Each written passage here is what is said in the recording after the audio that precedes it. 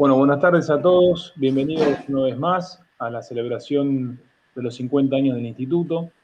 En esta oportunidad nos va a acompañar el profesor Jorge Ushua, eh, quien es profesor de educación preescolar, es profesor en ciencias de la educación, es licenciado en organización y gestión educativa, es magíster en dirección de instituciones educativas, es profesor titular del Instituto Sarah Eccleston, y es director pedagógico del Jardín de Infantes, el Árbol de los Milagros y del Colegio Árbol del Norte. Tuvo la delicadeza, la humildad y tuvo también la excelente predisposición de colaborar con nosotros, de sumarse a esta celebración de estas bodas de oro que estamos llevando a cabo.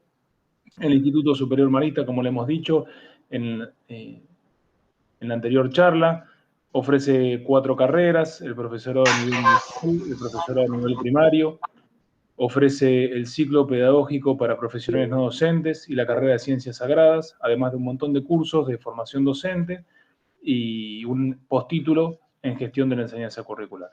Le damos la bienvenida a Jorge. Jorge, muchísimas gracias.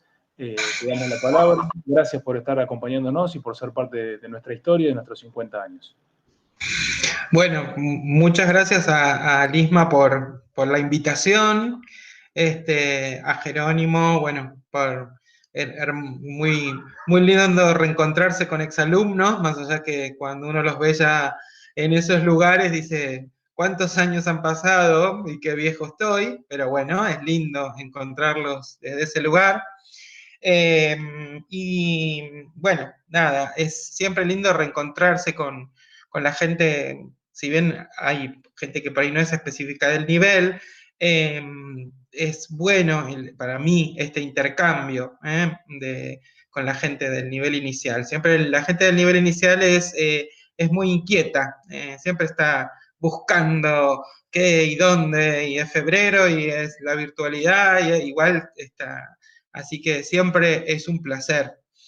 En segundo lugar, a mí siempre me gusta hacer como una aclaración previa que tiene que ver con que lo que yo planteo y lo que planteemos a partir de las preguntas y bueno, y el trabajo de hoy está enmarcado en el plano de la didáctica. Entonces, si uno entiende la didáctica como una disciplina científica, no hay dogmas de fe. Esto porque a veces en el plano de la didáctica y a veces en la del nivel sucede bastante. Bueno, está escrito en el diseño, lo dijo Mengano, lo dice. Está bien, son posiciones, siempre y cuando esas posiciones estén fundamentadas, son válidas, ¿no? O sea, tienen un aval científico que las avala, que las sostiene. Entonces, por eso a mí yo hablo por ahí en primera persona, de bueno, lo que yo creo, lo que sostengo, a lo que adhiero, y no necesariamente todo el mundo tiene que estar, todo el mundo va a estar de acuerdo, ni al contrario, de los desacuerdos surgen cuestiones interesantes a replantearse. Pero es verdad que en la didáctica muchas veces caemos en las modas, ¿no? Bueno, hemos pasado, ¿no? Ya no más unidad didáctica, ahora proyecto, ya no más proyecto, ahora vamos a secuencia de, bueno, ¿qué podemos inventar, ¿no? Bueno, cada cosa tiene su sentido y también su contexto histórico. Así que desde ese lugar está planteado con todo el respeto que merece la didáctica del nivel inicial. Una didáctica bastante desconocida, salvo por la gente que recorre este terreno del nivel inicial, pareciera que, bueno, con saber entretener un poco a los niños basta, ¿no? Y en el caso del maternal, más, ¿no? Se sorprenden, ¿no? La gente de ¿qué va a saber de didáctica del maternal? Entonces, bueno, me parecía que era una posición amplia comenzar con esta idea del planeamiento, ¿no? En general, cuando pensamos en términos de planeamiento, pensamos, o lo primero que digo en general, se nos viene a la cabeza son formatos. Bueno, ¿qué se hace? Hay un eje organizador, hay secuencias, hay contenidos, ¿qué ponemos? Pasamos de los objetivos a los propósitos, bueno, pero yo sigo el diseño tal y el otro diseño. En este caso, digamos, ahí yo digo, es el formato. Es como quien estudia la historia de la didáctica del nivel, va a ver que hemos discutido formatos desde los años 60 hasta ahora, ¿no? En una cantidad enorme. Incluso quienes estábamos en dos jurisdicciones, incluso cuando se hablaba del juego-trabajo, una cosa era en capital, otra cosa era en provincia, era distinto, no se llamaba trabajo-juego, juego-trabajo, es decir, el nivel tiene esta cosa de los términos y como de las luchas sobre esos términos. Yo me voy a referir al planeamiento en términos de diseño, ¿no? De poder pensar qué condiciones generar para el aprendizaje de los niños. Ahí también entra otro término que por un tiempo estuvo en pelea con la didáctica, que era el aprendizaje. Bueno, el aprendizaje es de la psicología, no nos metemos con psicología, esto es didáctica, y eso también, a mi manera de entender, generó un ruido, ¿no? Esta división tan tajante entre la psicología y la didáctica. Es decir, la didáctica requiere de la psicología, ¿no? Requiere, y sobre todo en una posición, al menos la que yo adhiero, que es ubicando al niño, a la persona, como centro de la tarea de la enseñanza, no al contenido, sino a la persona. Entonces yo tengo que conocer a la persona, y ahí entra otra disciplina científica que es la filosofía, la antropología filosófica, porque a veces uno dice, ¿qué tiene que ver esto? ¿Para qué? Y quienes tienen, por lo menos, se inquietan o se movilizan hacia la antropología filosófica, descubren un mundo que los guía después, porque describe a la persona, ¿no? Entonces, cosas que parecieran simplemente un término, ¿no? Bueno, la unidad didáctica muestra la complejidad del mundo. ¿Qué me querés decir con eso? Y ahí entonces empiezo a deshacerlo, digo, ¿qué querés decir con complejidad? ¿Y de dónde viene? ¿Y por qué? ¿Y qué es lo prioritario? ¿El todo o la persona? Bueno, varias cosas que a mí me parece que son fundamentales para ir armando todo ese diseño, ¿sí? Que es un diseño que no es de papel, digo, es activo, ¿no? Todo el tiempo un maestro de jardín está todo el tiempo, bueno, gran parte de su tiempo, la dedica al diseño, sea desde que pasa por una juguetería o le llega, bueno, ahora eso delata mi edad, pero ahora te llegan los catálogos, abrís un correo y tenés 25 catálogos, y decís, che, qué buen material para el grupo tal, qué bueno esto. Ya en tu cabeza hay un montón de conceptos girando, por lo cual vos simplificaste en qué buen material este. Pero detrás de eso hay contenidos, hay objetivos o propósitos, hay una concepción de niño, hay una concepción de aprendizaje, es decir, hay múltiples cosas que aparecen ahí. Entonces, cuando yo hablo de diseño, pienso en esta idea de conocer primero a la persona, y por eso ubico la antropología filosófica. Por otro lado, también un concepto que ahora sí me parece que está más sobre el tapete, que es este de la división, o digamos, entender como dos procesos separados la enseñanza del aprendizaje.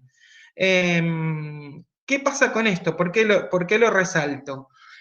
Porque cuando partimos de la persona, inmediatamente nos lleva al aprendizaje, cómo aprende esta persona, y encima esta persona que dentro del nivel atraviesa dos etapas, ¿no? Una etapa que Piaget diría sensorio-motora y otra etapa más ligada a lo preoperatorio. Entonces, o del autor que ustedes quieran tomar, es claro que en estos desde los 45 días a los 5 años, hay un cambio gigantesco, ¿no? Algunos hablan de que se alcanzan los tres grandes procesos, andar, hablar y pensar, dicen, ¿no? Andar, hablar y pensar se logran en el nivel inicial. Entonces, esta diferencia de formas de aprender requiere de un conocimiento, ¿no? Y ahí, ¿por qué nos posicionamos, o por qué me posiciono en esta idea del aprendizaje y no me parece que sea malo pensar en malo o inadecuado, por ahí el término, pensar en la psicología como la que nos aporta esto? Porque en el fondo, esto que yo decía, es el niño el que aprende, ¿no? Que uno dice es obvio, es obvio. Y uno, bueno, recién charlábamos con Jerónimo, muchas veces en otros niveles pasa, incluso en el nivel inicial, ¿no? Pero ¿cómo no lo aprendió? Si yo se lo dije, si yo se lo mostré, si yo la actividad, si él hizo la actividad, ¿no? Entonces, como si fuera automático, en otras épocas decíamos el proceso de enseñanza-aprendizaje, ¿no? Entonces, esta idea de trabajar sobre los dos procesos, el de enseñanza y aprendizaje, me parece que ayudan un montón el trabajo con los niños. Porque, por ejemplo, esa unión tan cerrada entre enseñanza y aprendizaje hace que se cuestione la enseñanza en maternal. Bueno, ¿qué le vas a enseñar? ¿No? ¿Qué le vas a enseñar? Bueno, cuando descubrís todo lo que un niño puede aprender, bueno, pero eso solo lo logra, vos no enseñás a caminar, ¿no? El gran discutido si es biológico o si es, bueno, ahí, si uno separa los dos procesos, enseñar de aprender, y empieza a entender también otro ruido que tuvimos en la didáctica del nivel, que es el concepto de enseñanza, o la idea de enseñanza. ¿Por qué me voy a esto? Y que parece que estoy tirando muchas cosas y voy a tratar de unirlas, ¿sí? Cuando llegaron los contenidos por los 90, ninguno de acá, todos son muy jóvenes, no voy a mirar a nadie, pero llegaban los libritos blancos de los contenidos básicos comunes. En el nivel inicial se primarizó el nivel, ¿no? Un poco lo que dice Patricia Serlé en sus investigaciones. Bueno, se primarizó. Yo no le echo la culpa a los contenidos, porque contenidos ha habido siempre en el nivel. Le echo la culpa, por decirlo así en bruto, a no haber trabajado lo suficiente qué es enseñar en nivel inicial, qué es enseñar en maternal, qué es enseñar en jardín de infantes. Nosotros en maternal enseñamos, por ejemplo, con un gesto, con la mirada, con un silencio se enseña, ¿no? Son procedimientos de enseñanza. Sin embargo, por nuestros propios esquemas prácticos, ¿no? Esto que también trabaja Gloria Edelstein, la investigadora cordobesa, ella sostiene que mucho, lo mismo que Davini, ¿no? Cuando habla de estos procesos intermedios, que no son ni conscientes ni inconscientes, pero que se fueron constituyendo a lo largo de nuestra escolaridad. Como me decía Jerónimo recién, yo no me acuerdo del jardín de infantes, me acuerdo dos o tres cosas. Qué sé yo, uno también se acuerda que se cayó del tobogán, que le encantaba ir a los bloques, que no sé, pero no tiene, sin embargo, tenemos mucho más recuerdos de primaria y esos recuerdos constituyen esquemas que nos atraviesan como docentes. Querramos o no, en algo enseñamos como nos enseñaron. Ahí está la riqueza de la reflexión teórica, ¿no? De poder decir, yo quiero deshacer ese esquema y reconstruir uno nuevo. En el caso de la reconstrucción de los esquemas para niños pequeños, para los docentes que se van a ocupar de los niños pequeños, se hace muy difícil, ¿no? Porque enseguida te sale el hablar, el explicar, el decir, ¿no? Hay una actividad que ya recién también hablábamos ya en la facultad, es una actividad vieja que es para los niños pequeños, la cesta de los tesoros, de unas inglesas, de Goldsmith y Jackson, y ellas dicen, bueno, el silencio, ¿no? Lo vas a sostener la propuesta con la mirada, sí, pues se pone el cesto o se arma un escenario de objetos y es el escenario el protagonista y vos estás como sostén afectivo, sostén corporal. Y las primeras veces que lo implementábamos en Argentina era terriblemente notorio cómo la maestra decía, qué lindo lo que están haciendo. O sea, no podía callarse, ¿no? Incluso yo tuve una alumna, cuando la llevábamos a hacer prácticas en un maternal, que fue muy, muy interesante porque ella me dice, yo no puedo estar callada, profesor, no puedo, yo entiendo el libro, entiendo, pero yo no puedo estar callada, yo sé tocar el violín, ¿no? Y entonces ella tocó el violín durante la sesión, dejó una cosa bellísima, o sea, hoy diríamos una experiencia estética hermosa, porque además los niños entre los objetos, bueno, una cosa muy, muy interesante. Pero digo, fíjense cómo enseguida, cuando hablamos de enseñar, Incluso algunos se oponen o se opusieron fuertemente cuando Sarlé habló de enseñar a jugar, ¿no? Como diciendo, bueno, jugar es un objeto cultural, es una construcción de la cultura, y por lo tanto la tenemos que enseñar. Claro, mucha gente pensó, ahora los van a sentar, y efectivamente pasó. O en la historia, pasó, que no vuelvo a decir, yo generalizo para llevar adelante la discusión y la charla, no quiere decir que todos lo hayan hecho. Nos pasó con maternal, cuando del jardín maternal, digamos, de la guardería, pasamos al jardín maternal y vino esta fuerza de la didáctica y hay contenidos y hay que enseñar el maternal, llegamos a, bueno, voy a decir locuras, como entrar a salas donde había bebecitos en ronda y la maestra hacía un juego adelante de todos, ¿no? Entonces uno dice, ¿fue culpa de los contenidos? No, para mí fue culpa de no haber, al menos no tuvimos el tiempo, o bueno, nos debimos ese debate de qué era enseñar y las particularidades que tiene enseñar en jardín maternal y en jardín de infantes, ¿no? Una cosa que siempre me acuerdo, por ejemplo, esto en relación con los aprendizajes, es que la maestra la practicante había preparado una cesta de los tesoros, pero todas con bolsitas con aromas, ¿no? Distintos aromas. Lo primero que me dice la maestra del Láctaro, me dice, ay, profesor, usted viene a observarla, pero tengo uno solo despierto. Fíjense el concepto del maternal, ¿no? Como no tengo la clase, tengo uno solo, como cuando el maternal es esta multitarea, uno duerme, el otro anda gateando, el otro llora, hay que cambiarlo, bueno.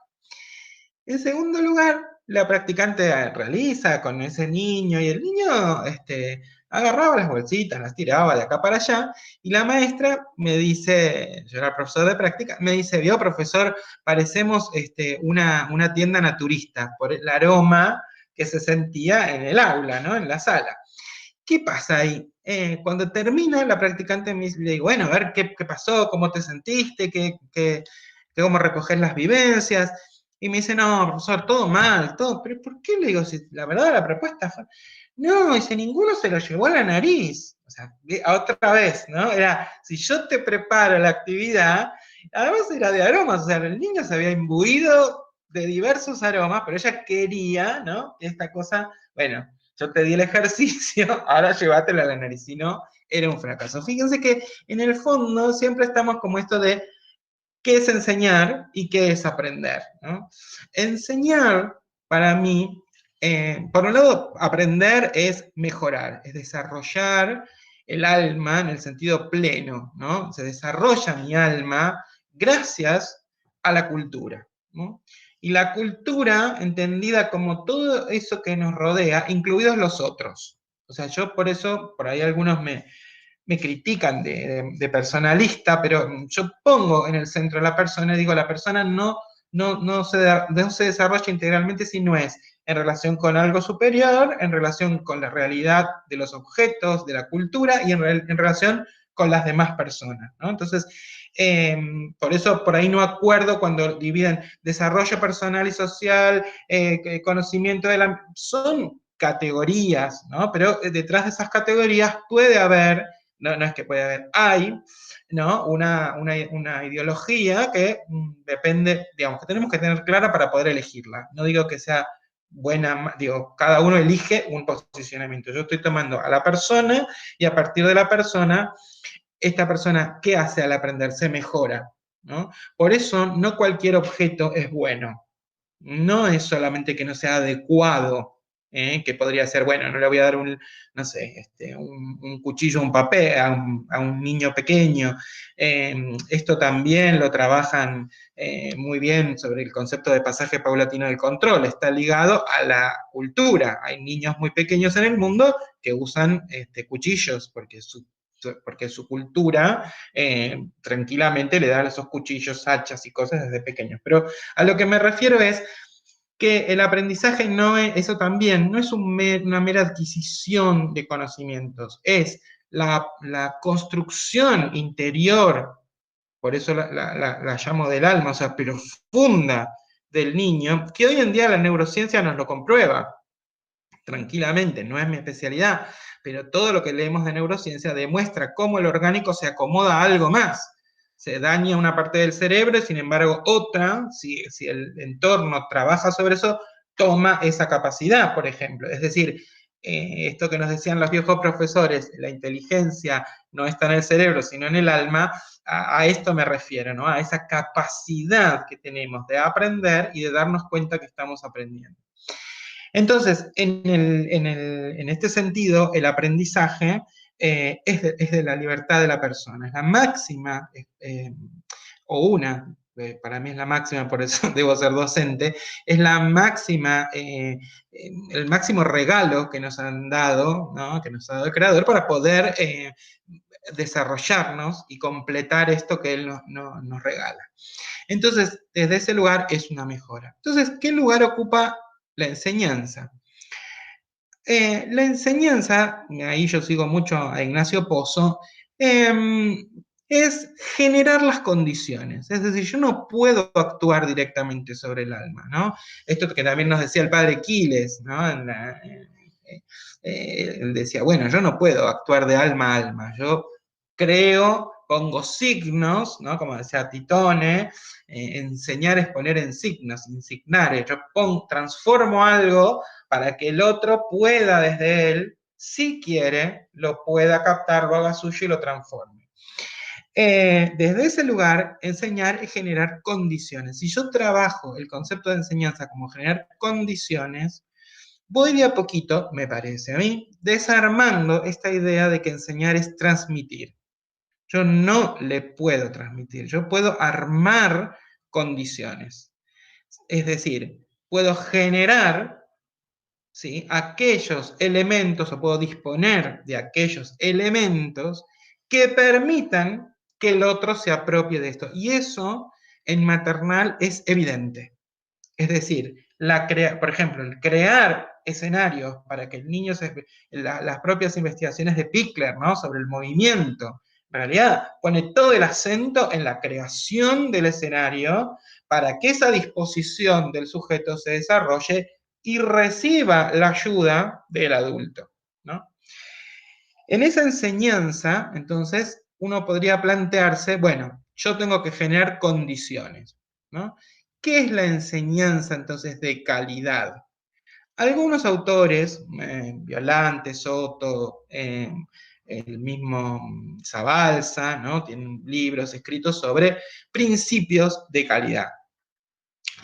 Yo creo, en el nivel inicial, que la calidad de la enseñanza va de la mano del conocimiento de la persona, como dije recién, en relación con el niño, y de los ámbitos de experiencias enriquecedoras para el niño. Es decir, que una enseñanza es de calidad cuando se despliega en un ámbito propio del niño, pero a su vez lo respeta.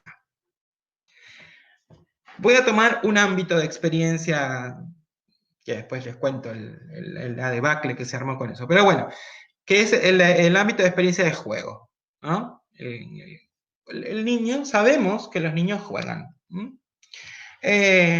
Ahora, muchas veces, cuando el concepto de enseñanza no está bien trabajado, la maestra, los niños están jugando, y entonces la maestra dice, bueno, esto es buenísimo, juego y roles sociales, típico, ¿no? Voy a enseñar roles, los valores, entonces, pues, ¿y qué hacemos? ¿Y qué le pasó? ¿Y por qué? Y entonces entra con la enseñanza, con una pseudoenseñanza, y quiebra y no respeta el campo de experiencias del niño. ¿Esto quiere decir que la maestra tiene que estar callada? No. Hay formas, ¿sí? Soto y Violante las llaman formas de enseñar. Formas, desde Aebli, que se llama, ¿no? Aebli tiene un libro viejísimo, 12 formas básicas de enseñar. Pero hay formas, hay dispositivos que el maestro de jardín puede crear que son muy sutiles. Este es el problema que tiene, sobre todo el maternal, pero que el infante tiene que, cuando hablo del infante hablo del psicoinfante, se tiene que copiar. Por ejemplo, Si yo digo, no, yo soy transmisor de la cultura, entonces tengo que decirle una rima, ¿no? Entonces lo agarro, lo levanto y lo meso y le digo de la nana, no sé qué. Si no soy verdadero, si mi corazón palpita porque está la profesora de práctica mirando, porque pasó la directora, porque el nene está incómodo y en 20 minutos viene la madre a buscarlo, el chico llora 3 veces más y yo sigo con mi nana porque tenía planeada a mi nana, ¿no? Una cosa que el maternal desarma totalmente, ¿no? Como que el maternal exige constantemente estar viendo, observando. Hay un concepto muy lindo que dice que es como una danza, ¿no? Que uno lleva al otro en la pareja que baila y dice, es así, ¿no? Yo veo, lo miro, lo levanto y a veces hacemos juicios como, mirá, cómo lo revolea, ¿no? Y en realidad muchos adultos lo levantan, lo sueltan, pero lo están mirando a los ojos. Y el niño lo mira y si uno sabe leer la mirada, sabe si es sí o es no, ¿no? Nos pasa, qué sé yo, paso por la sala del jardín de infantes, por ejemplo, ¿no? Entonces, decía verdulería, qué sé yo, estaban como comprando y vendiendo. Entonces llegó, bueno, ¿y qué venden acá? No, me dice una, no, estoy yendo al doctor. Le digo, porque yo leía acá en el cartel que no, estamos embarazadas, me dice, estaban todos embarazados. Le digo, ¿están embarazados? Sí, estamos embarazados. Entonces se meten un muñeco abajo del abrigo que tenían, del pullover, del buzo. Le digo, ¿y cuándo van a nacer estos bebés? Dice una, ya, y le saca una pata al muñeco, ¿no? Ya están haciendo eso. Bueno, corramos. O sea, la verdulería era una estructura que había armado la maestra, pero que en el diálogo con los niños no tenía nada que ver, ¿no? O sea, iba por otro lado. Por eso digo, el jardín de infantes tiene y el maternal, ni les digo, porque además piensen a veces cuando decimos 45 días, ¿no? La sala de bebés, ya lo pasamos al otro. Hace 2 años, por ejemplo, la sala de dos, ¿no? Como parece que fuera el posgrado del maternal. Hace 24 meses ese bebé estaba en el útero materno. O sea, la sutileza que tienen esos niños, o sea, si los canales de comunicación no se cortaron, están a flor de piel. Por eso la maestra dice, nunca más tenés que hacer eso porque es muy feo haber golpeado y por dentro es el preferido de la maestra. Entonces, ¿qué lee el niño? Ustedes lo miran, lee la cara y se le ríe, como diciendo así, ya sé, ¿no? Es decir, el niño nos lee todos, cosa que vamos perdiendo paulatinamente por el uso puro del lenguaje verbal, pero que incluso en adultos lo seguimos sintiendo, ¿no? Esta percepción general, porque por eso cada vez más en las didácticas de los demás niveles se le da protagonismo al cuerpo, ¿no? Pedirle que los profesores no se queden estancados en una esquina, que transcirculen, que bueno, me refiero a otros niveles, ¿no? En el caso del jardín maternal y el jardín de infantes, la disponibilidad del cuerpo es constante y protagónica en algún tipo de juego, ¿no? Como son los juegos de crianza, por ejemplo, toda la obra de Calmels, de Daniel Calmels es brillante en eso, ¿no? De un investigador argentino, donde él tiene esa sutileza, ¿no? De trabajar sobre los dedos, sobre las manos, sobre las canciones, las nanas, la persecución, ¿no? Bueno, y estas cosas. Y por otro lado, el crear condiciones, o sea, enseñar en jardín de infantes, por ejemplo, en el campo de las experiencias lúdicas, hay que saber generar condiciones de ficción, que esto es el otro tema. ¿Sí? A veces fuimos súper criticados, mirá cómo habla, ¿no? Porque, no sé, por ejemplo, el ejemplo del súper, ¿no? Uno va y dice, hola, me vende, por favor. Y en realidad cuando uno va al súper no le dice al que le está vendiendo, hola, o sea, ¿cuánto vale? O sea, y a veces fuimos criticados por este modo de hablar, estos gestos, lentificar las acciones, y entonces atontan a los niños. En realidad, lo que indirectamente nosotros le estamos diciendo es, mirá que estamos jugando, que esto es un marco de ficción. Fíjense lo importante que representa eso para la posterior comprensión lectora, por ejemplo. Nos pasa, bueno, les debe pasar a ustedes también, que un joven, por ejemplo, lee algo, igual esa es una pregunta que tiene que ver con una inferencia que tiene que hacer del texto y te contesta la frase del texto, ¿sí? Un niño que ha jugado, ¿sí? Que ha desarrollado la posibilidad de la ficción, logra ir más allá, es decir, hace un salto metacognitivo de comprensión. Entonces, fíjense la importancia que tiene el cambio, por ejemplo, en la voz, la lentificación del cuerpo. Dale, dale que te agarro y te persigue. Y uno no corre y lo agarra, ¿no? Y a veces las familias dicen, no, esos juegos son violentos, el chico se va a asustar. No, no, porque el niño sabe que estamos jugando. Ya hizo un contrato entre nosotros. Ahora, si yo le digo, dale, que te agarro, y le doy un susto de aquellos, obviamente que el contrato está roto. Entonces digo, la sutileza que tiene enseñar en los dos niveles, en los dos ciclos del nivel, perdón, en los dos ciclos del nivel, implica una preparación enorme en conocer las formas o cómo crear estas condiciones. Para eso tengo que saber entonces cuáles serían los campos de experiencias propios de un niño y cómo no quebrarlos, cómo respetarlos. Se pueden definir algunos, siempre las categorizaciones son arbitrarias, ¿no? Yo creo que uno propio es el juego, el otro son las experiencias cotidianas, ¿no? Que también en el jardín, sobre todo en el jardín de infantes, fueron a veces desbastadas. Bueno, no, tomamos rápido la leche porque listo, yo te tengo que enseñar matemáticas y después hacemos un juego fantástico de recorrido o bien educación. Entonces, la merienda, que es un acto social y que uno cuando leía Montessori era hasta enriquecimiento cultural para las familias, el desarrollo de poner el mantel, el desarrollo de poner flores, ¿sí? el que el maestro se siente en la mesa, es más necesario que nunca. Fíjense que nuestros niños van perdiendo la participación en la vida social. Muchos ya no comen con sus padres, no asisten a fiestas de adultos, como era antes, no sé, un casamiento, ¿no? Bueno, o los niños tienen un lugar aparte. En los restaurantes, en un tiempo cuando estaban abiertos, se había puesto de moda esto de, bueno, lo dejás con la que lo cuida y vos comes tranquilo. Y el niño mágicamente no va a saber lo que es un restaurante, no va a saber cómo comportarse, ¿no? En cosas muy obvias, como era, por ejemplo, pasar por las veredas caminando y uno veía una obra en construcción. Ahora, si ustedes se fijan, hay un montón de chapas azules con publicidad. Entonces, ¿qué ve el niño? Unas chapas, desapareció la casa vieja que había, sacan las chapas, hay un edificio de 20 pisos.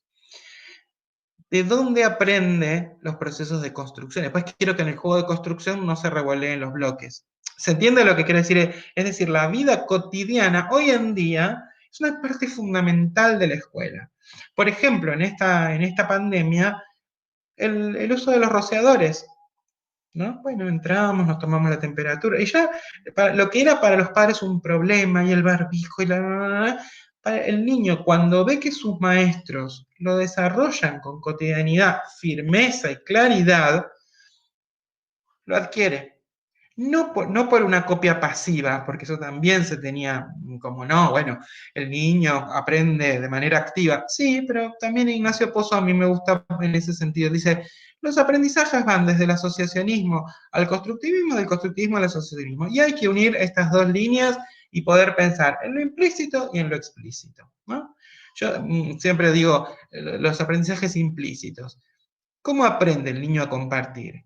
No porque le colgamos un cartel con dos nenes muy lindos que se prestan una cosa y un corazón, ¿no? Y lo colgamos ahí que después la cartulina se cae y ya no se comparte más. Ahora pasamos a reciclar basura y aparece el cartel del... No, lo ve porque su maestra se presta algo con la maestra. Ahora sí, la maestra cuelga el cartel, viene la maestra, le dice, ¿tenés tijera? No, no tengo. Y el chico vio que tenía la tijera hasta dos segundos. No, pero ya está, la sala de cuatro no le prestó nada porque no te vuelve, la tijera no te vuelve. O sea, esa sutileza es del jardín de infantes, ¿no? Es del jardín de infantes. O sea, y en el maternal, vuelvo a decir, hasta cómo anímicamente estamos. Por eso a veces uno dice, 5 minutitos antes llegan a la sala, bueno, es mi horario de trabajo. Por ahí lo tomo como crítica, pero todo yo he estado en jardín, así que también me ha pasado. Y uno dice, esos 5 minutos de calma, ¿no? Dejé las cosas, me preparo, son fundamentales, ¿no? Porque no es como los demás niveles que uno puede entrar y decir, bueno, listo, se calman, que vamos a empezar. O sea, en jardín no se calma nadie. O sea, y si vos entras nervioso, se desbarata más la clase. Entonces, la generación de condiciones es fundamental, ¿sí? Es fundamental. Yo para eso, digo, las experiencias cotidianas, vuelvo a las áreas de experiencia, pero les estoy mezclando, pero bueno, si ustedes ven lo que yo hice acá, es un mamarracho enorme. Pero, por un lado, las experiencias de juego, las experiencias cotidianas, las experiencias con el ambiente. ¿eh? Es claro que un niño desea apropiarse del ambiente. Es típico, el niño va caminando y que se va tocando con la mano todo, ¿no? No, que te ensucias, no, y sacas el alcohol, pero el niño va arrasando con todo, ¿no? ¿Qué niño? Que es ridículo cuando salimos al patio y dicen, no, en los charcos no. Por favor, o sea, hay autores que describen hermosamente que dicen el charco le va diciendo, vengan, vengan, ¿no? Bueno, es distinto preparar la ropa o no salimos, pero no decir, no, en el charco no. A ver, el charco es tentación, ¿no? Entonces, el descubrimiento del ambiente. Lo mismo que también se puso de moda en algún momento, bueno, tengo que ser innovador, porque ya el museo lo conocen, la catedral la conocen, entonces, y terminamos en unas cosas estrafalarias que el niño mire como diciendo, sí, era una máquina que hacía no sé qué y te inventa, porque quiere dejar tranquila a la maestra, ¿no? Eso es fantástico, los niños quieren dejar tranquila a los maestros, ¿no? Qué bien, ¿no? Hay un video muy viejo también que dice, ¿qué hay ahí? ¿No? Le muestra el subte. Gente, dicen los chicos. Claro, la gente iba saliendo por la escalera como diciendo, sos tarada, no sabés que hay gente, mirá toda la gente que hay acá. Bueno, estas cosas tienen que ver a veces con creer que tenemos que estar cambiando. Y el ambiente, obviamente que varía, se transforma, pero tenemos que saber también que tienen años y años de escolaridad, que ahora lo que tienen que aprender es a disfrutar de esas experiencias con el ambiente. Ese es el aprendizaje fundamental. Después, al museo, a la muestra de arte, me contaba una directora que habían preparado una salida al museo me sale el MoMA, acá en Ciudad, bueno, de arte contemporáneo, ya me va a salir, esto es la edad también. Bueno, la cosa es que, bueno, vieron la obra, vieron el autor, pasaron por todos los cuadros, se vuelven al jardín y dicen, ¿qué es lo que más les gustó? O qué es lo que vieron y qué sé yo, todas esas preguntas que parece que hay que hacer porque si no, no disfrutás, ¿no? Entonces, el ascensor, ¿no? Claro, son todos chicos que viven en un country, o sea, no hay un solo ascensor. Habían ido y tiene ese ascensor transparente, entonces estaban fascinados con subir y bajar. O sea, la obra del autor, la obra del artista era lo menos que los iba a impactar. Entonces digo, a veces esa vuelta a la cuadra que hemos perdido, ¿no? Esas pequeñas acciones eran, digamos, o son muy ricas porque los niños pierden cotidianidad. En muchos de nuestros contextos, no en todos, fíjense que el niño viene en auto, incluso dormido, en su sillita, a veces con la tablet en mano o el celular, o sea, ni mira por la ventana, lo bajan y entra a la escuela y después vuelve a subir a un auto o a un micro. Entonces, la vivencia de la vereda, obviamente no es el momento de circular, no es el momento, me estoy refiriendo a que este descubrimiento del ambiente a veces, en el caso del jardín de infantes y del maternal, lo hemos llevado a complejizarlo sin tener sentido. La complejidad no va por ahí, la complejidad va por aprender a apreciar, ¿no? De la mano de esto, bueno, obviamente las experiencias de comunicación están ávidos porque hablemos con ellos, ávidos porque nos movamos con ellos, ávidos porque los abracemos. Pero a veces uno dice, sí, yo le contesto al niño, pero quiero hacer eso en el horario que yo quiero. Ahora estamos hablando. Y por ahí el niño me está diciendo algo interesante y viene alguien en la puerta y no le decimos, discúlpame 2 segundos. Contestamos al adulto, porque como si fuera otro rango. Bueno, es un adulto. Fíjense que eso en maternal pasa un montón. Los niños están jugando y no sé, cualquier persona adulta que entra, hola Miriam, mirá, te traje el libro que me pediste, y está en la clase. O sea, eso no se le ocurriría hacerlo en secundaria. Si está el profesor de matemáticas explicando, al menos a la parte de permiso, te dejo el libro acá. O sea, nosotros estamos en clase. Estamos en clase mientras los niños están dando vueltas por todo nuestro espacio. Entonces, muy importante las experiencias de comunicación. Las experiencias corporales, hay muchísimo desarrollo. Ana María Porstein tiene cosas bellísimas en relación con todo el desarrollo corporal, ¿no? El movimiento, y cómo el movimiento implica la aproximación a lo que tiene que ver con el desarrollo del pensamiento lógico-matemático, ¿no? O sea, es básico para nosotros, no es solamente la adquisición de estar parado y caminar, si bien cambia, no tenemos dimensión a veces de lo que le representa a un niño pasar de los brazos al piso y del piso a la posición erguida. O sea, les cambió, yo a veces digo, es como cuando vos te ponen en una camilla, o sea, si lamentablemente alguno tuvo esa experiencia y te acuestan y vos ves luces, luces, luces que te pasan y que te van llevando. Imaginen eso cuando el niño lo llevan en un carrito, ¿no? A lo distinto que es cuando se posiciona erguido y por algo se da el caminar y se da el hablar, ¿no? En ese momento. Las experiencias corporales. Y otro grupo que serían las experiencias estéticas, que a veces se confunden con, o al menos yo creo, que se confunden con, bueno, la apreciación de obras con el área artística, ¿no? Cuando ahí hay un libro nuevo de Macías, de Mariana Macías, que habla de las experiencias estéticas, bajaron parte de su investigación. Ella se refiere a las experiencias estéticas como aquellas experiencias que nos impactan. Esto que decíamos recién, un florero sobre la mesa, ¿sí?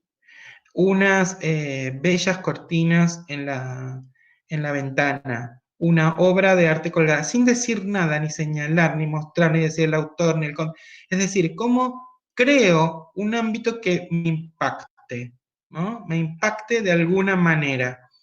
Yo me acuerdo en el mismo libro que nombramos recién, en el de Goldschmidt, ella dice, ¿por qué en los jardines maternales ponen esas cortinas que jamás pondrías en el cuarto de tu hijo? ¿No? Entonces, esto, ¿no? Me refiero a que los ambientes deben ser, los ambientes, el movimiento, los sonidos deben ser experiencias estéticas. Es decir, uno entra a una experiencia estética. Hay jardines que lo han logrado de una manera fantástica. ¿Vieron? Voy a decir una maestra muy, muy, muy vieja, una excelente escritora, ya no nos acompaña, Marta Masvélez. Ella siempre me decía, Marta decía, el mejor jardín es aquel del que no te querés ir, ¿no? De que llegaste como profesor y decís, qué bien la estoy pasando acá, ¿no? Cómo yo también como adulto voy descubriendo y voy viendo, y esto es verdadero, ¿no? Y a veces lo rompemos, esa situación la rompemos por querer hacer un bien, no es que la rompemos a propósito para hacerle mal a los niños. Yo siempre me acuerdo de una experiencia que teníamos, llevábamos a las practicantes a un jardín, digamos, como edificio era fantástico porque había sido creado para maternal. Lo conducían, lo dirigían lo que son las Damas Rosadas de San Isidro, que son un grupo de señoras en San Isidro que trabajan en los hospitales y además tienen jardines maternales. Entonces tenían un equipo de gente trabajando que realmente era impecable, o sea, las cunas estaban impecables, los niños siempre estaban cambiados, estaba todo, yo no puedo decir que hubiera visto algún maltrato o algo a los niños. ¿Qué pasa? Llega la obra de Pickler, de Emily Pickler. Y entonces la coordinadora dice, bueno, vamos a empezar a implementar algunas cosas de Pickler. Cuando llego al año siguiente a ver a las practicantes, a ver a mis practicantes, una de las cuidadoras, porque eran cuidadoras, no eran profesoras, eran cuidadoras, le digo, ¿y qué tal todo? Y acá están tirados, me dice. O sea, para ella, que los niños estén sobre la alfombra, ¿no? Para poder realizar todos sus movimientos, y seguramente que el niño lo iba a percibir así, o sea, porque me tiraron, porque lo que ellas transmitían era, ¿se entiende lo que quiero decir? Es decir, por eso la importancia del desarrollo de los marcos teóricos, porque tengo que entender que eso lo estoy haciendo, desde dónde lo estoy haciendo y para qué lo estoy haciendo, porque el niño lo percibe, el niño sabe esto.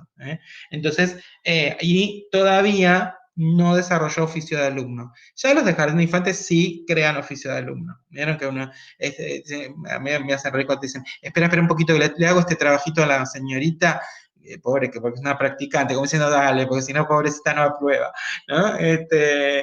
Bueno, eso, esas cosas ya hacen oficio de alumno, pero bueno, tenemos que tratar de que eso no se construya, que la escuela sea ese ámbito y que la escuela primaria obviamente también pueda capturar eso, sobre todo en su primer ciclo, capturar todo eso, toda esa forma. Así que estos serían los ámbitos donde yo encuentro las experiencias. Entonces, ¿qué hago? ¿Por qué me estoy tan enloquecido con los ámbitos? No, porque yo digo, para mí los ámbitos son estos campos de experiencia, son mis experiencias, circulan saberes. O sea, cuando un niño está jugando, hay saberes circulando. Cuando está conociendo cosas con objetos, con el agua, con lo que sea, están circulando saberes. Entonces uno puede decir, bueno, un niño que no va a la escuela, perfecto. ¿Cuál es la diferencia? Que el maestro sostiene esos saberes gracias a las condiciones que crea, ¿no? Es decir, el maestro sabe, porque se fija un propósito, sabe que puede enriquecer esos saberes, pero enriquecer, que sería enseñar, no quiere decir interrumpir o romper los campos de experiencia. Se ve la diferencia, es decir, yo me acuerdo cuando el auge de la didáctica de la matemática en jardín, y empezaban los chicos fascinados, porque bueno, vamos a salir a correr, a saltar. No. ¿Cuántos pasos hay de la puerta de la sala hasta la puerta de la dirección? Digo, ¿la maestra teníamos mala intención? No teníamos mala intención. Es decir, nuestro esquema de qué es enseñar, nuestro esquema de qué es la matemática, y eso lo pusimos en juego desde donde podíamos, ¿no? Por eso hoy entendemos que un juego no es ¿no? Las maestras a veces dicen, es un juego de matemática. Este es un juego para adquisición de la lectura, la escritura. No, el juego es un juego. Después cada uno tiene el desarrollo profesional, o digamos, sus habilidades profesionales preparadas para hacer intervenciones, incluso en el mismo momento, en niños distintos, desde áreas distintas, ¿no? O sea, que es dificilísimo. Por eso es tan difícil eso, que a veces se desdibuja la riqueza de la multitarea, ¿no? Bueno, están los niños en diversos lugares, y bueno, yo no, con este práctica del lenguaje, con aquel matemática, con el otro no sé qué, la medida, el espacio, no puedo. Yo digo, nosotros no podemos. Los chicos pueden porque son saberes que circulan. La diferencia está en que yo me organizo y digo, hoy mi cabeza está en clave de prácticas del lenguaje. Esto quiere decir que si un niño me invita a hacer un juego de tablero, le voy a decir, no, con vos hoy no juego porque hoy es matemática, hoy es práctica. No, o sea, tengo la habilidad de generar condiciones para, cuando yo digo tengo, no es que las tenga yo, digo, tenemos los profesores de inicial que generar esas condiciones. A mí me ayuda organizar esas condiciones en tres grandes categorías, no las condiciones, sino los elementos que necesitamos para generar esas condiciones.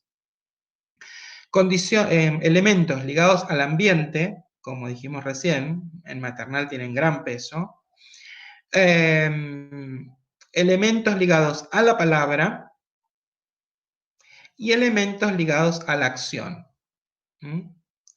Esto de que a veces se temía, no quiero que me copien, quiero que libremente, el niño tiene que copiar como agarró el lápiz, porque es una práctica cultural, ¿no? Me tiene que ver escribir. ¿No? Y esto que es obvio, pareciera obvio, no lo es, porque hoy muchas familias solo escriben en la computadora. El otro día uno de los más grandes míos, claro, está mucho con todo, con las plataformas, qué sé yo, y entonces me agarra me dice, voy a buscar una lapicera a tu escritorio, y me agarra una pluma, estaba fascinado, me decía, papá, qué pluma buenísima, qué sé yo. Entonces, estaba haciendo la lista del supermercado, y cuando mi mujer ve, dice, ¿quién escribió eso? O sea, la letra era un horror. Esto, por ejemplo, la neurociencia muestra la importancia que tienen los procesos de escritura técnica, ¿no? Del que me refiero a la técnica, no al proceso mental de escritura, sino al uso de la herramienta, que se desarrolla en el jardín de infantes. Ahora, ¿cómo la maestra qué hace? ¿Explica cómo se agarra el lápiz? No. Pinta con ellos, escribe con ellos, lee con ellos, ¿sí? Entonces, esto de hacer con ellos. Entonces, a mí organizarlas de esa manera me sirven. ¿Cómo elijo una u otra? Ahí recurro, ¿sí? Es decir, yo tengo que pensar una propuesta. Y lo primero que voy a fijarme es un propósito y ahí se delinean a partir de algún saber que elijo dentro de ese campo, ¿no? Y bueno, no voy a poder abarcar todos, voy a abarcar estos, lo que me ayuda a vincular estos elementos de las condiciones con ese saber son los viejos y queridos tipos de conocimiento de Piaget. Es decir, tener muy claro, muy afinado, ¿sí? ¿Qué es el conocimiento físico? ¿Qué es el conocimiento lógico-matemático? ¿Y qué es el conocimiento social en términos, por ejemplo, de Piaget? Obviamente, se pueden tomar diversos autores. ¿A mí por qué me sirven esto? Porque si yo prioritariamente, por ejemplo, en los juegos de construcción, hay en algunos que es evidente, como dijimos recién, la cesta de los tesoros, evidentemente las propiedades de los objetos van a prioritariamente transitar el conocimiento físico. O sea, el niño se los va a apropiar a través del conocimiento físico. En cambio, ya en el juego heurístico, fíjense que el niño se mueve y mete y sacan cosas. Entonces, prioritariamente está el conocimiento lógico-matemático sin que se eviten los otros dos. Y si ustedes vieron ese viejo video que hay de juego heurístico circulando de Goldschmidt, hay una niña hermosa que se pone y se saca unos collares. Y primero lo prueba simplemente como objeto, pero después ya se pone el collar y se mira en la lata como en un espejo. Pasa del conocimiento físico y el lógico-matemático al social. ¿Quiere decir que están separados? No, constantemente tenemos en desarrollo los tres. Pero a lo que me refiero es, ¿qué me clarifica esto? Si voy por el físico, yo pienso esto, digo, y prioritariamente tengo que pensar en el ambiente. ¿Sí? Y la palabra, dejarla para las preguntas. Preguntas disparadoras, preguntas que permitan la reflexión posterior. Ahora, si yo voy por el conocimiento social, por ejemplo, lo que dijimos recién, el uso del lápiz, el agarrar la mamadera, ¿sí? Doy ejemplos de cada ciclo, es netamente social, es cultural, con lo cual yo no puedo dejar que descubra cómo, sino que le tengo que mostrar. ¿Sí? Tengo que hacerlo con él. Entonces es prioritaria la palabra y la acción, ¿no? Y ven que a veces uno dice la palabra, bueno, hacer preguntas. Bueno, ustedes estuvieron con Rebeca Nijovic y ella tiene todo un capítulo fantástico en uno de sus libros sobre el uso de preguntas, ¿no? O sea, ¿a dónde voy? ¿Cómo hago? Lo mismo pasa con los ambientes. Hoy toda la movida de Reggio Emilia nos brindó un abanico de cosas en relación con la creación de ambientes, ¿no? Y como dijimos recién, las acciones, esto que ya sabemos que no es copia pasiva, ¿no? Bueno, no, yo no pinto con él, porque no, porque lo que me interesa es que vea lo fantástico que es pintar, o me interesa la sustancia, y empiezo a pintar yo, y típico del Matamal que ya vienen todos, ¿sí? Es decir, por ejemplo, el famoso taller de cocina, ¿no? Que se hace desde la sala de dos. ¿Para qué lo quiero? ¿Para las sustancias? Entonces no le puedo decir, no, no, no, a ver, vos amasa un poquito. Vos, ahora Juan, agarrá el pote y ponele un poquito de líquido. Listo, listo. Miriam, ponele ahora revolver. Porque la experiencia es total, entonces todos tienen que revolver, todos, ¿sí? Esto es viejos principios, como era comenzar la actividad de forma que maximice la iniciativa de los niños, así decía Camille, o comenzar la actividad en paralelo, son viejos principios, pero que pareciera que no los terminamos de arraigar, ¿no? La maestra dice, no, esperen.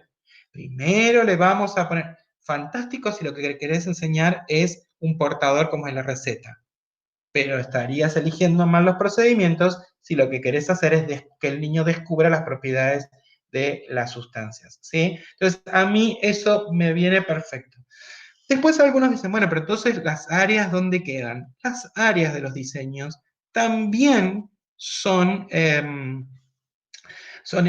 categorías, ¿no? Clasificaciones arbitrarias. Hemos visto de todas, ¿eh? De todas. Las últimas, muy ligadas a las disciplinas científicas, ¿no? Práctica del lenguaje, matemáticas, sociales, naturales. Después se abrieron ambiente, bueno, pero son categorías. ¿Qué me permiten estas categorías? Organizar la selección de saberes que ya están en las experiencias que viven los niños. ¿Para qué? Si ya están, para yo enriquecerlos. Por eso digo que enseñar es generar condiciones que no quiebren las experiencias de los niños, ¿sí? Y a la vez enriquezcan el desarrollo de la persona. Por eso digo, por ejemplo, los valores. Es dificilísimo, pero se trabaja todo el tiempo. Todo el tiempo. Ahora se lo tengo que trabajar verdaderamente. No es que no como había un concepto, acá debe haber muchos estudiantes jóvenes, pero en un tiempo era la autonomía, todo era autonomía. Si vos le tirabas autonomía, pegabas seguro en el examen. Entonces, claro, pero ¿qué es la autonomía? ¿No? ¿Qué implica la autonomía de conocimiento, la autonomía moral? ¿Qué implica, ¿no? La autonomía de habilidades motoras? ¿Qué? ¿No? Entonces, ese desglose teórico, yo a veces como que hincho mucho en eso, por ahí digo pocas cosas, pero muy seguras y muy disponibles. Es decir, pienso en los maestros más jóvenes, ¿no? Que a veces les dicen, no, pero lo que te enseñan en el profesorado es una cosa, la realidad es otra. Y yo, mi experiencia, les aseguro que no. Ahora, exige un esfuerzo de uno, ¿no? La teoría no va a mostrar, digamos, no se va a replicar en la realidad. El niño no me va a contestar como el niño de la investigación, ¿eh? No me va a contestar lo mismo que yo leí. Pero cuando yo tengo disponibles esas categorías, esos conceptos, cuando el niño me responde, puedo moverme de una manera mucho más interesante, ¿no? Y se genera, para mí, disculpen los de los demás niveles, es el nivel más apasionante, ¿no? Porque es el que estás como en una investigación constante, ¿no? Tenés que estar leyendo lo que pasa, viendo, reacomodándote y volviendo sobre la situación, sin perderte de rumbo, porque esto es lo otro, no es hacemos cualquier cosa, yo tengo estos propósitos, yo quiero alcanzar estas metas, ¿sí? O que los niños alcancen esto, por eso a veces esa discusión, no, es el propósito, porque el objetivo, bueno, es de dónde lo mires, ¿no? Es de dónde lo mires, ¿eh?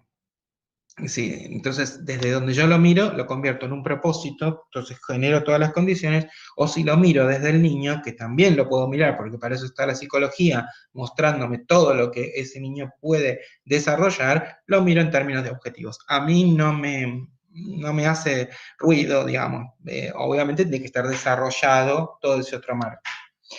Entonces ustedes ya sobre el final de toda esta blableta me dirán, bueno, pero yo quería saber si que tenía que hacer un itinerario, si en maternal hay unidad didáctica, si no, de mí no lo conseguirán, de mí no lo conseguirán.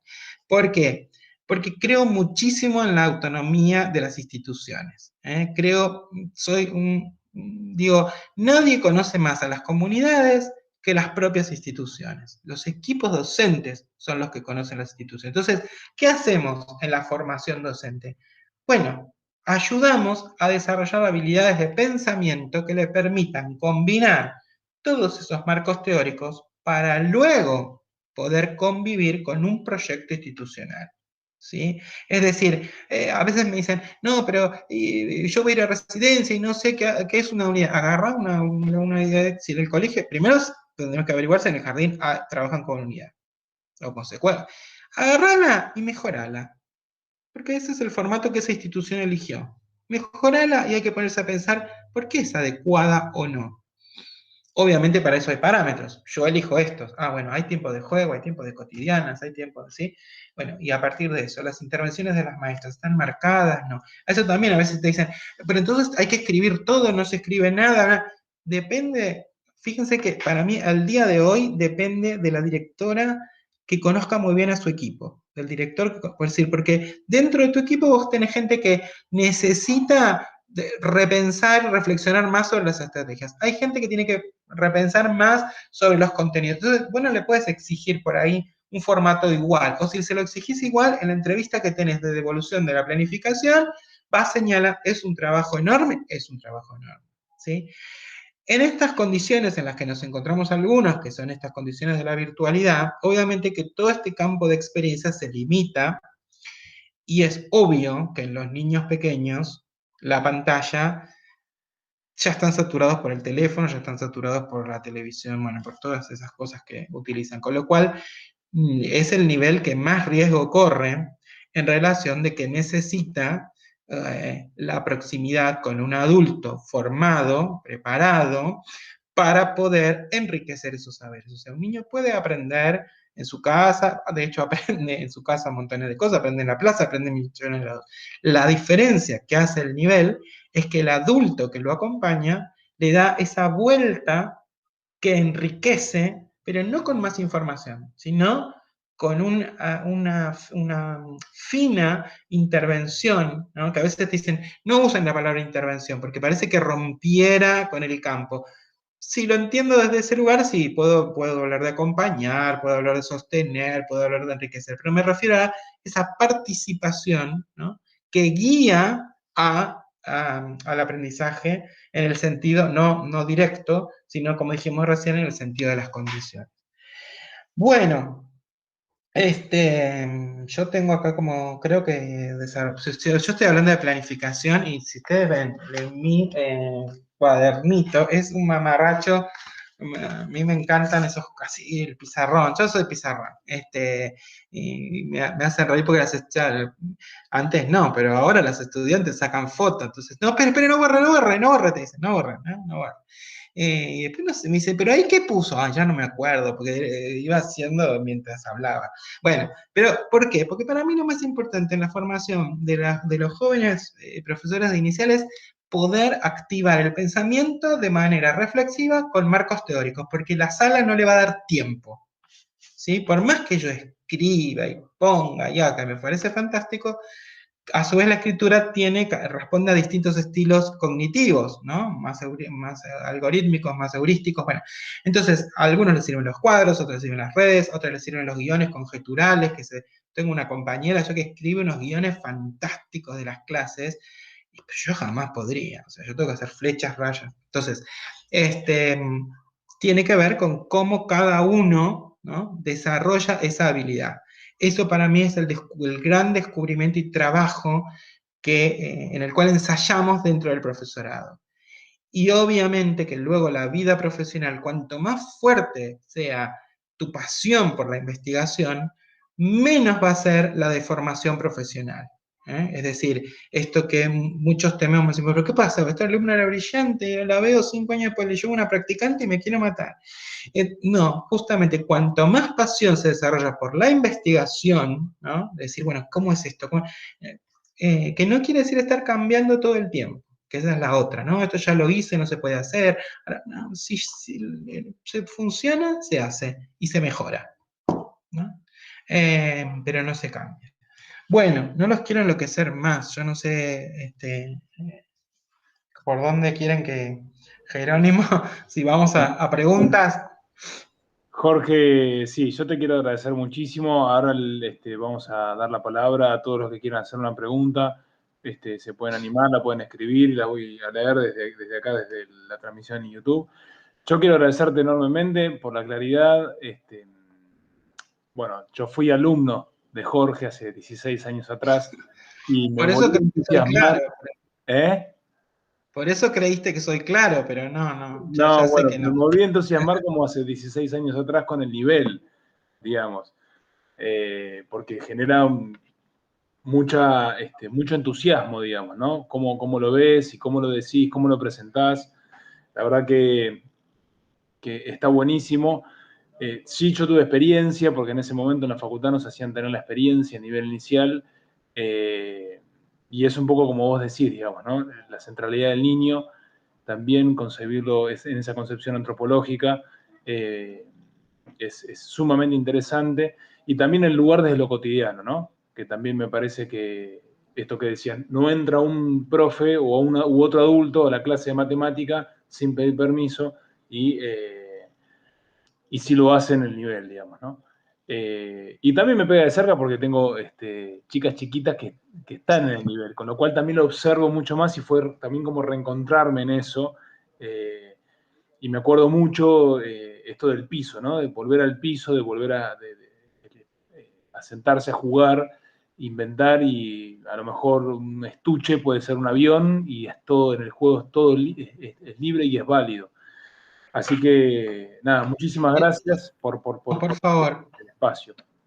Por favor, con esto que decís del piso, digo, ahora mi corazón es jardín, y sí, obviamente, pero con el colegio primaria me pasaron dos cosas. La primera fue cuando recién inauguramos primaria, vino la inspectora y me retó porque no había pizarrones. Y me dijo, mire que esto no es jardín, ¿no? Como diciendo acá, bueno. Entonces yo le dije, al mejor estilo representante legal, le dije, uy, pero ¿en qué circular dice que no hay, que no debe haber pizarrones? Bueno.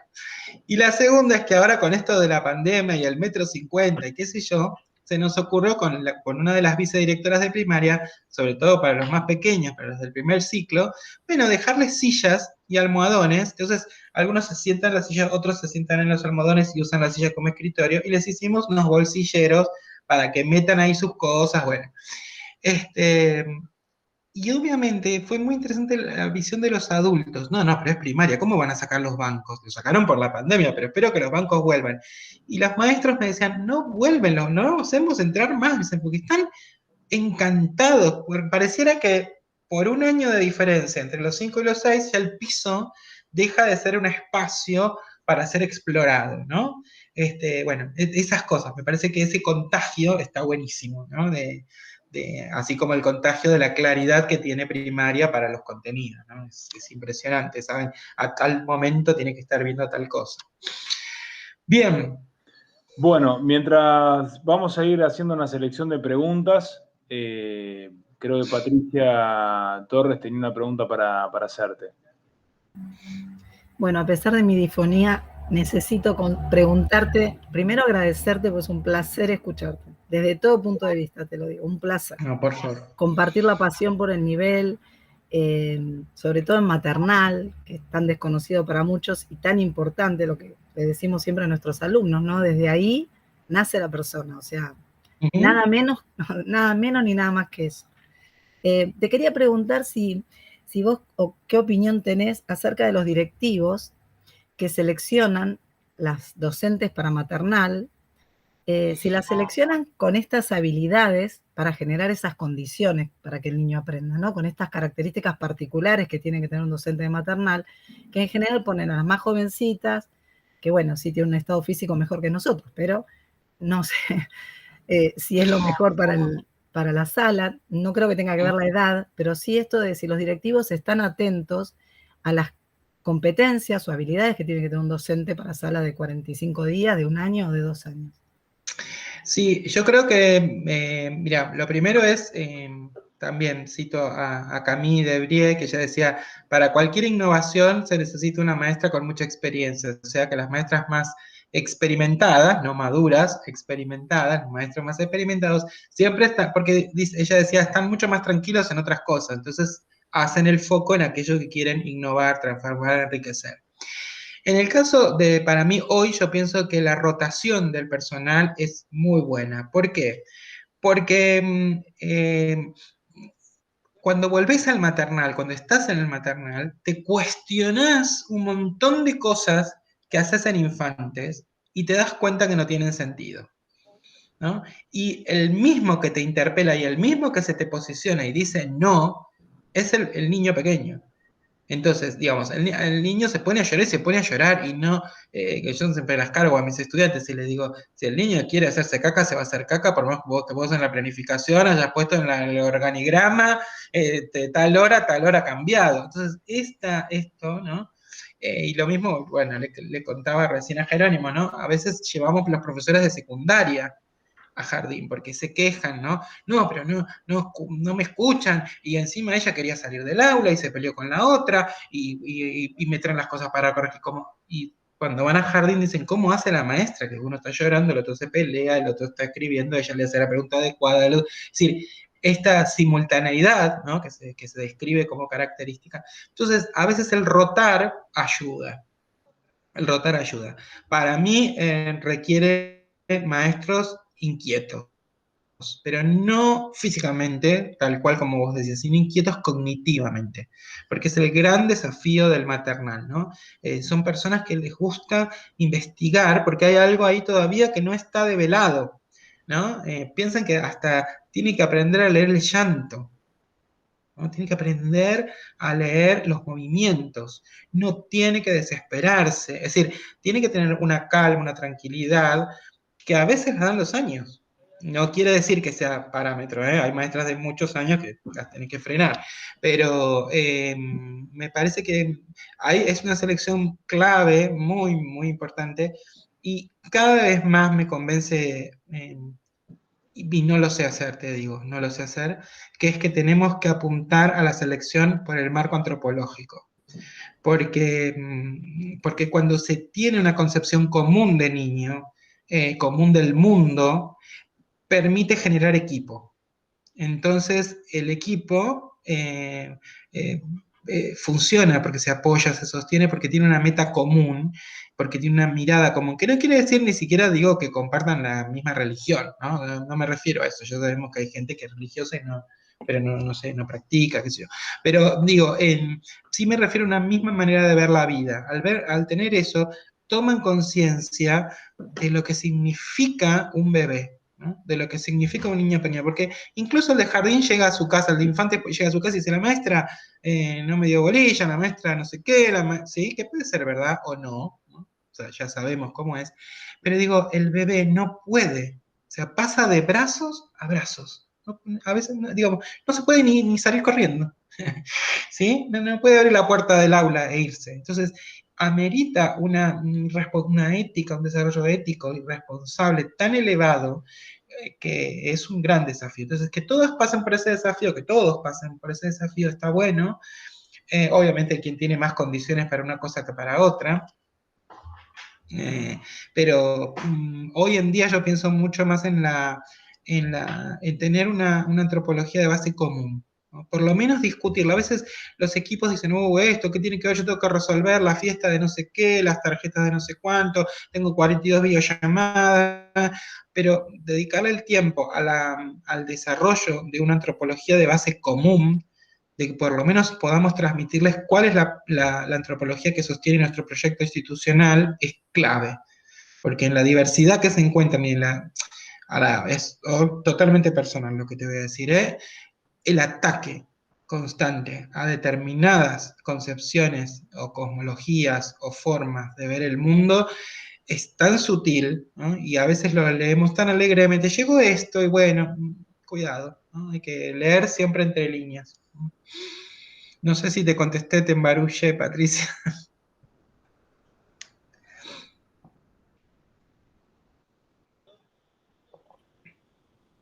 Jorge, yo te hago una pregunta, mientras llegan otras. Dijiste algo que me pareció súper importante, que es que los docentes tenemos que reconstruir desde nuestras propias experiencias o nuestras propias experiencias, ¿no? Hay muchos docentes que se están formando o que forman parte de la formación. ¿Qué significa reconstruir hoy o qué significa para un docente hoy reconstruirse desde esas experiencias para abordar la educación hoy, ¿no? En el nivel inicial o en la educación en general? Si hay algo que nos puedas decir. Sí, yo creo que es fundamental el trayecto de las prácticas.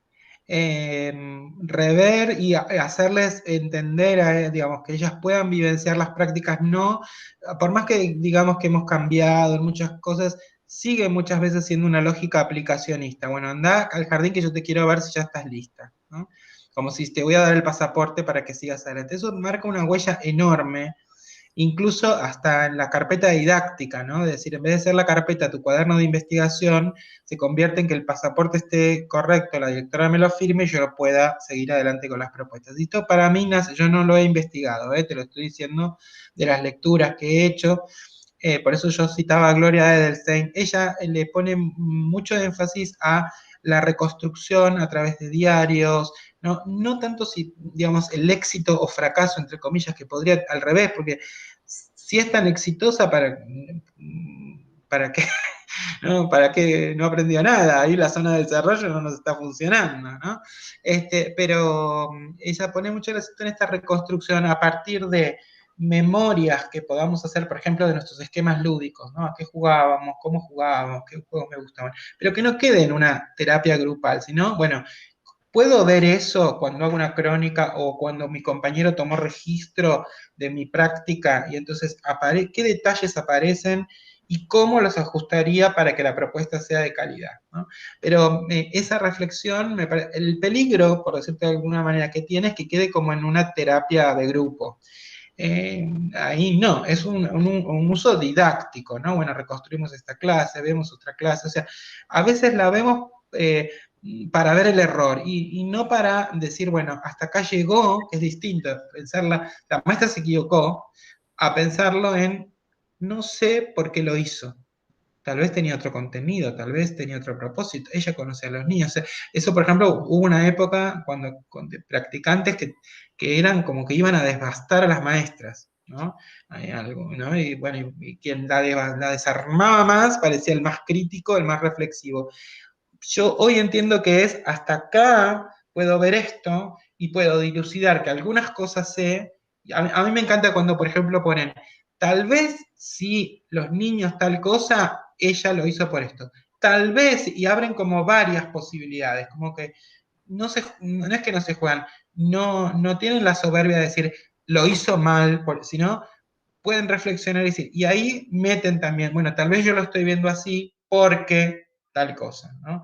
El acto para mí es clave la acción de reflexión en el campo de la práctica, ¿no? En las materias de didáctica me parece que es proporcionarlas el training de reflexión, estos ejercicios de decir, bueno, vamos por acá, por allá, volvemos, salimos, y siempre estamos como haciendo realmente una espiral de conocimiento, y el trayecto de la práctica, cómo recurre a esto más la experiencia vivida, ¿no? Más el impacto emocional que eso representa, no la vieja, vuelvo a decir, que no por vieja uno no la encuentra, a veces uno la sigue viendo, ¿no? Es decir, bueno, van a tildarme cuántas cosas hago bien o cuántas hago mal, que incluso está como en el esquema de ser alumno. Me viene la profesora de práctica, ¿no? Viene como, viene, ¿no? No la siente como compañía, ¿no? Pero que lo hemos atravesado todos, ¿no? Yo el primero.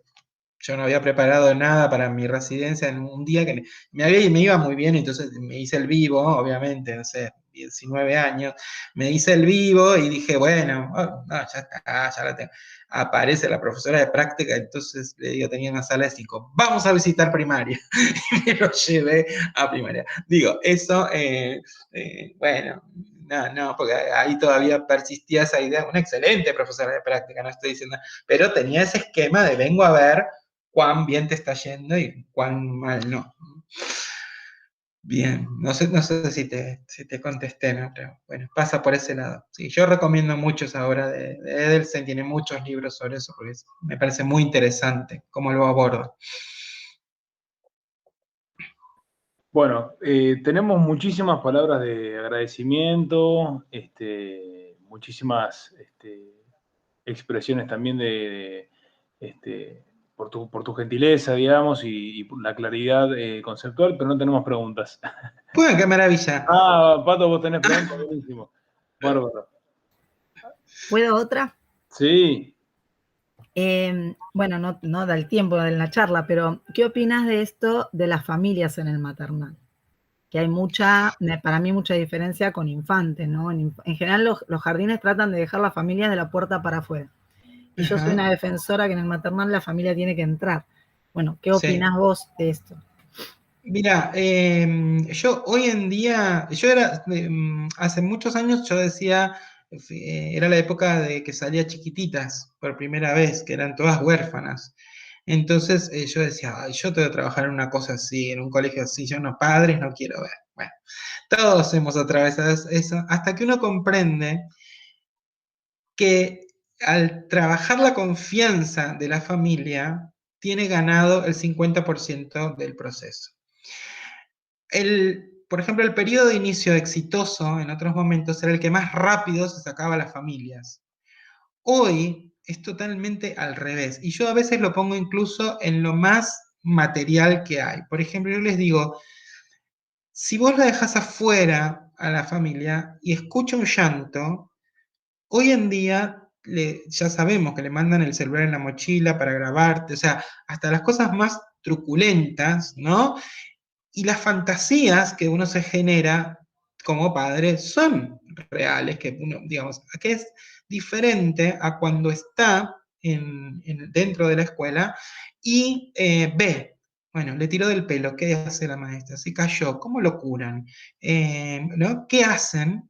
Y generan confianza. Ahora, ese trabajo, la directora, la coordinadora, el director, el coordinador, yo digo, es el que le tiene que poner palabra, es decir, el que tiene que estar por detrás de los padres y diciendo, ¿ves lo que pasó allá? Porque la maestra está con los niños, entonces requiere, o sea, el trabajo con la familia requiere de alguien que le ponga texto, porque si no, la familia le pone texto y puede ponerle texto equivocado, ¿se ve? Entonces lleva un trabajo enorme que hay gente que tiene más disposición también, ¿no? Social, para hacer eso, ¿no? De decir, bueno, está la familia en la escuela y hay otro adulto, parte del equipo, que pone en palabras lo que va pasando, ¿no? Pero al contrario, yo pienso que incluso hasta desde lo edilicio, esto que antes se entendía como el panóptico y ligado al control, para nosotros hoy es seguridad y es generar lazos de confianza, ¿no? ¿Sí?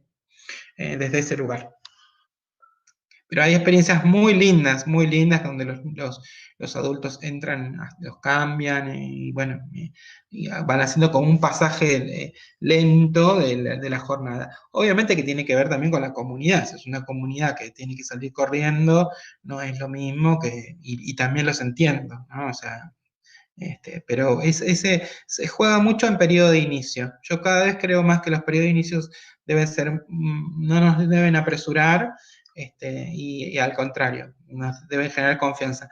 Yo me acuerdo de yo te voy a decir el viejo con todas las anécdotas, pero era un niño grande, ya de sala de 4, ponele, ¿no? Entonces, no sé qué edad, entonces nosotros siempre empezamos periodo de inicio en el área, en el aula abierta, o sea, en el parque, y después de a poco van ingresando y haciendo, lo primero que ingresan es a desayunar.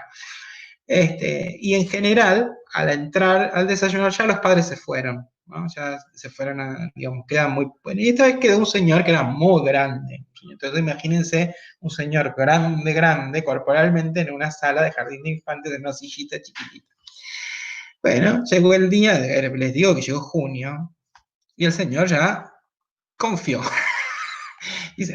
Pero lo más gracioso para mí fue los niños, porque los niños decían, ¿y el grandote? ¿Dónde está el grandote? O sea, ya lo habían hecho parte de la sala. Entonces, el grandote, ¿dónde está el grandote? Les faltaba el grandote.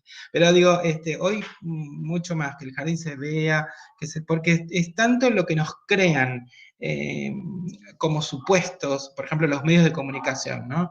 La violencia en los jardines, que lo golpearon, que esto, que el otro, ¿no?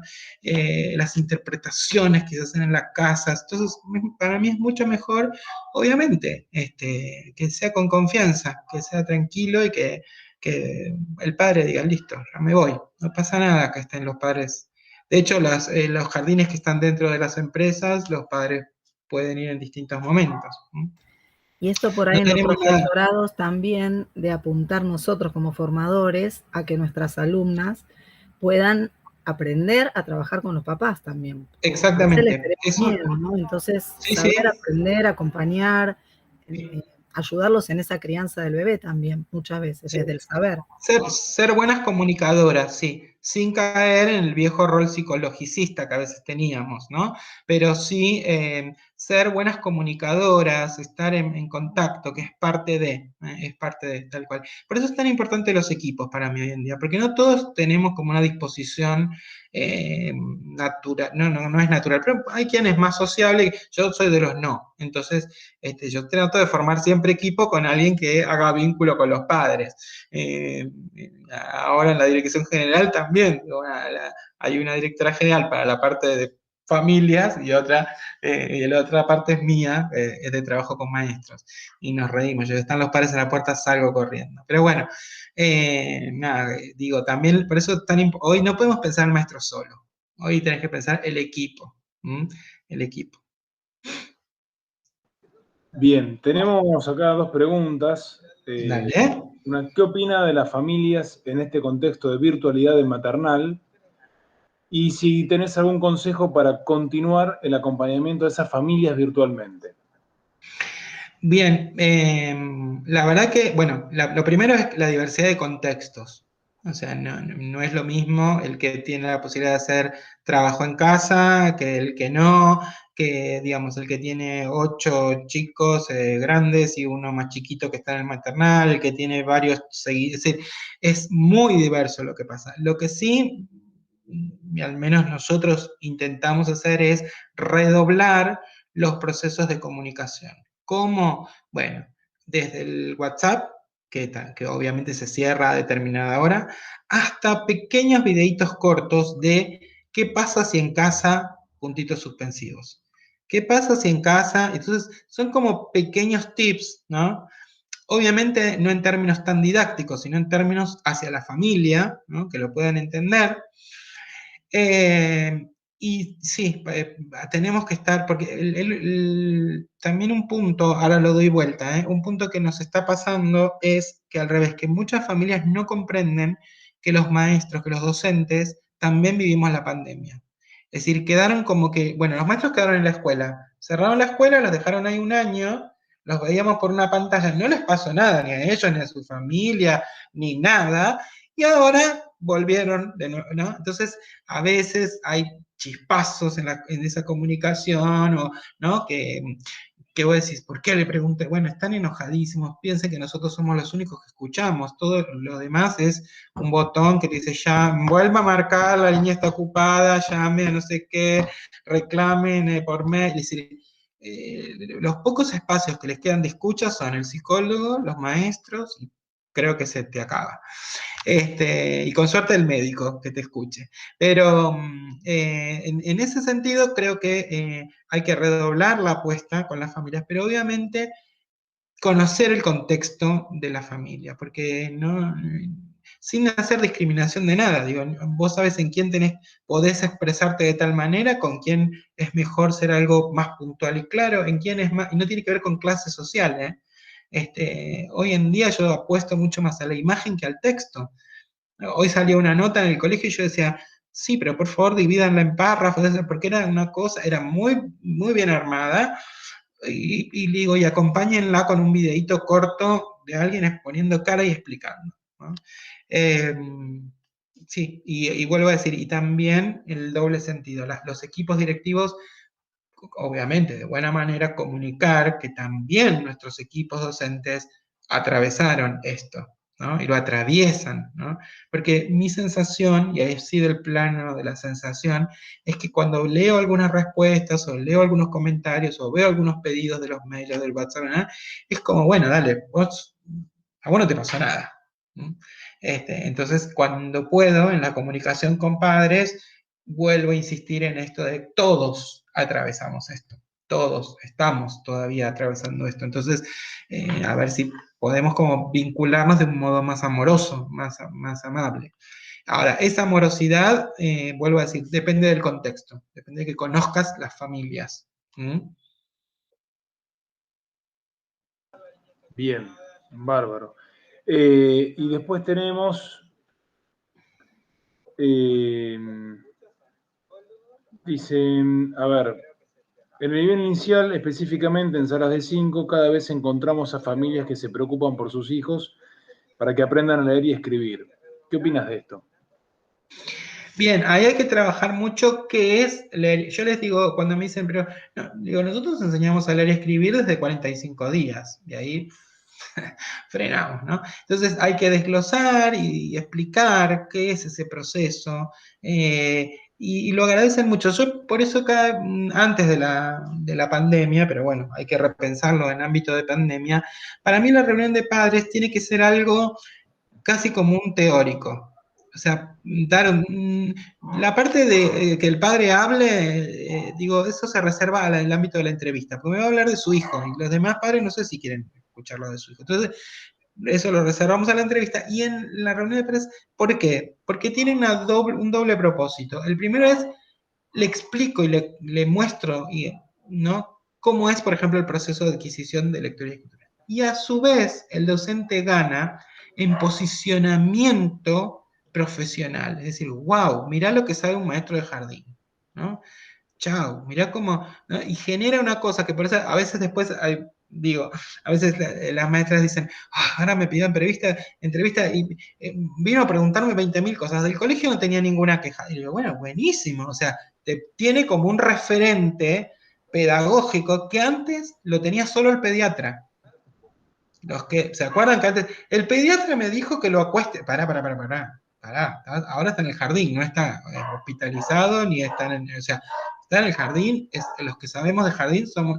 Y eso a veces era porque no lo mostraba, no mostramos lo suficiente la solvencia teórica que tenemos, ¿no? Entonces, yo creo que por ejemplo, en una reunión con la familia, ser claro, por ejemplo, en los procesos de adquisición de lectura y escritura, como no son el sistema de escritura, bueno, todo lo que ven en didáctica de las prácticas del lenguaje, pero eso, por ejemplo, contarlo a los padres, mostrarlo, ejemplificarlo, hacer video, tiene ese doble valor, el valor de transmisión de conocimiento y el valor de posicionamiento profesional. Chau, mirá de lo que saben los maestros de jardín, ¿no? Me parece que eso es una manera de mostrar que la meta en el nivel inicial es otra, no es el sistema de escritura. Es que no pierdan la pasión por escribir y por leer. Bien, bueno, vamos con la última. Dicen, hoy en día, con esta nueva forma de enseñar a través de la virtualidad, donde las familias son el nexo con los niños, ¿cómo se hace para transmitir esa enseñanza y aportes del docente? Bien. Yo en jardín no lo tengo, les tengo que decir la verdad. O sea, me parece que justamente jardín es el más complejo. ¿Por qué? Porque lo que podemos hacer es una aproximación de algunas cosas que hacemos y enseña, pero el padre no es profesor. De hecho, esto ha despertado mucho movimiento de homeschooling, por ejemplo, como diciendo, bueno, si yo puedo enseñar en casa, ¿para qué lo voy a institucionalizar? ¿No? Entonces, si ustedes me preguntan a mí, yo creo que es el jardín es el que de alguna manera, con todos los sistemas posibles, tenemos que aproximar al niño a la proximidad física con la escuela. Más allá de cualquier lectura política que se pueda hacer, digo, el niño requiere de ese espacio, de ese tiempo, de esa presencia adulta distinta a la de la casa. Y los padres también, porque lo que nos llevó pero vuelvo a decir, sin ninguna connotación política, pero lo que nos llevó que los padres, que el país entendiera que es un nivel y que teníamos que estar dentro de la ley de educación, porque desde maternal somos parte de un nivel. Yo a veces me dicen, bueno, pero obligatorio, por ejemplo, en Provincia de Buenos Aires es 4 y 5.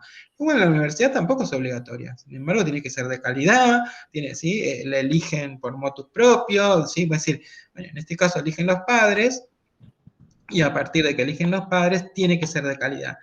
Todo ese proceso yo todavía no lo logro desarmar para la virtualidad. Me parece que a veces me dicen, no, pero hay cosas buenísimas, hay cosas fantásticas. falta esa mirada, falta la calidez, la palabra, el poder poner el tono de palabra justa, falta el estar sentados juntos abajo del árbol. Y uno dice, ay, está romantizado, como dicen ahora, romantizando el relato. No, lo que digo es una experiencia estética, que la pantalla es limitada a la experiencia estética, ¿no? La lluvia, el viento, bueno, que eso vuelvo a Pozo, cuando él explica cómo entendemos que cuando vienen nubes hay probabilidad de lluvia, porque vemos por la ventana, porque nos mojamos, porque salimos, porque escuchamos los truenos. Entonces, nada puede reemplazar eso. No sé si ustedes vieron, pero ahí en YouTube hay unos videitos para que te pongas con tormenta, ¿no? ¿Vieron? Para dormir con lluvia. Y a mí me encanta la lluvia, pero nunca es la lluvia, el olor de la lluvia, ¿no? Bueno, esas cosas, que vuelvo a decir, no es por romantizar, sino que ustedes piensen que son los primeros procesos de aproximación al medio, y que por eso el niño mete la mano en el agua, por eso revuelve, por eso abre y cierra todas las puertas de la cocina cuando empieza a gatear, porque busca explorar dónde está. Entonces, en esa exploración es insustituible si la queremos enriquecer y darle esa diferencia. Si no, requiere de padres muy comprometidos, que yo también digo, se pierden la parte de ser padres. Hoy he escuchado a una madre, pero yo soy docente, le decía a la directora, pero yo soy docente. Y yo ni me acerqué, pero después cuando repensaba la situación decía, bueno, habría que decirle a esa mamá, pero disfruta más de ser mamá que de ser docente. Docente sé con tus alumnos, pero esa parte de padre, bueno, trae otras cosas, y ahora se está haciendo una mezcolanza, que bueno, que vuelvo a decir, sería mentiroso de mi parte decirles, se resuelve de esta manera, lo estamos transitando. El primer paso que estamos dando es reforzando la comunicación con familias. Pero después con los niños llegamos a trasladar los objetos del jardín a las casas, por ejemplo, para que tuvieran algo del jardín en casa. Pero no es el jardín, son objetos del jardín en casa. Bueno, Jorge, muchísimas gracias por favor. formar parte de nuestros 50 años con esta charla. A todas las personas que se han sumado les queremos agradecer enormemente. La charla va a estar seguramente subida en isma.edu.ar y algunos fragmentos también los podemos poner en nuestro Instagram, que es isma-champagnat, o en nuestra página de Facebook, Instituto Superior Marista. Muchísimas gracias a todos y nos vemos en la próxima charla. Jorge, muchísimas gracias. Muchas gracias a ustedes. Chao, hasta luego, buenas noches.